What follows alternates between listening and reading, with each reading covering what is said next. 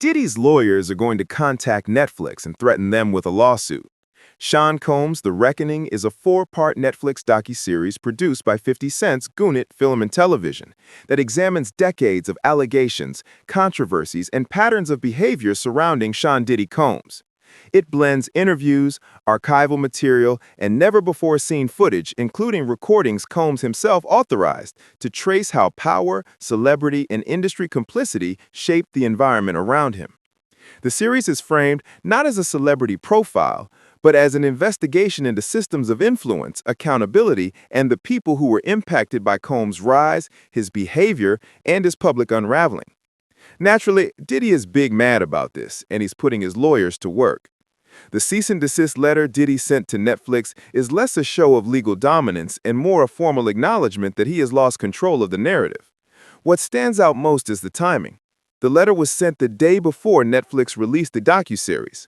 In fact, it was sent the same day Diddy's lawyers released a PR statement where Diddy praised leaders at Netflix and expressed his respect for them.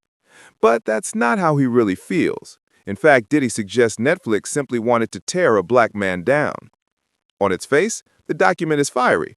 It's dramatic and laced with accusations about bias, sabotage, vendettas, and corporate retaliation. Beneath the emotional veneer, the letter is performing a very specific function. It is a required procedural step that must be taken before Combs can sue a media entity. In other words, the letter is not proof that he has a strong legal case. It is proof that he is preparing to file one and is checking the mandatory box that courts expect to see. His lawyers need to put Netflix on notice so they can later argue that they attempted to resolve the dispute informally, even if everyone involved knows Netflix is never going to pull the documentary off the platform in response to nothing more than a strongly worded email. Diddy has been aware of this documentary for well over a year, and the cease and desist letter that somehow leaked is not his first attempt to shut it down. His legal team previously issued a cease and desist in July 2024, directed at Netflix and 50 Cent and the production side, signaling early on that Combs understood a major project was underway and he feared where it was headed. The new letter simply escalates that effort, now that Netflix has stepped in as the distributor. But it also underscores that Diddy has been tracking the project for months and has been unable to stop it at any stage of development, not during production, not during acquisition, and not on the eve of its release. The weakness of the letter is most evident in its substance. Instead of presenting verifiable evidence of wrongdoing, the document leans heavily on sweeping claims about 50 Cent's documented hateration, bias, and personal animus towards Diddy. That may feel satisfying rhetorically, but it carries no legal weight. It does not matter in court whether a producer dislikes the subject of a documentary.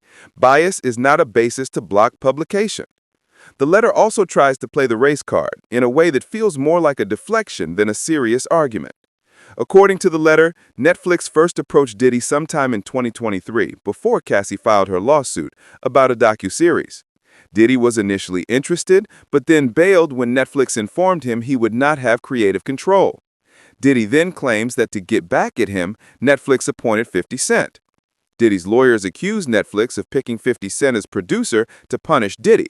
Then they immediately frame it as one famous black man attacking another, as if the platform engineered some kind of racist spectacle instead of just buying a docuseries. It's a stretch, and it's clearly meant to tug on identity politics to make Combs look like a target of racial manipulation rather than someone facing his own choices. The problem is that the framing doesn't land. It reads less like a thoughtful critique of representation and more like a last-minute attempt to distract from the content of the documentary itself. The letter also claims that several videographers recorded footage exclusively owned by Diddy, that the footage was his property, and that its release would violate NDAs, privacy laws, and the Copyright Act. But those are only allegations. There is no chain of title, no ownership proof, no copyright registration, and no demonstration that the videographers were employees or independent contractors whose work product automatically belonged to Combs. The letter presents these claims as though they are unquestioned fact, but they are not. They will have to be proven, and the burden of proof is entirely on Diddy. Not Netflix, not 50 Cent, and not the director, Alexandria Stapleton. That alone tells a story. Remember, Sean Combs' lawyers have been in touch with Netflix for at least a year and a half. If Diddy had strong evidence that his property was stolen, if he genuinely believed his attorney-client conversations were unlawfully captured, or if his team had known for weeks which footage Netflix planned to use, which his PR statement suggests they had an idea, this letter would have gone out much earlier. Instead, the legal team appears to have panicked in response to the trailer, realized damaging footage was included, and fired off a last-minute cease and desist to preserve their ability to sue.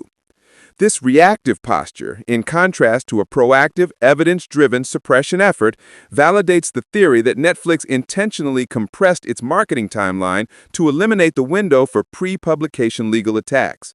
They dropped a 15-second teaser with no visuals 1 week before the docuseries came out.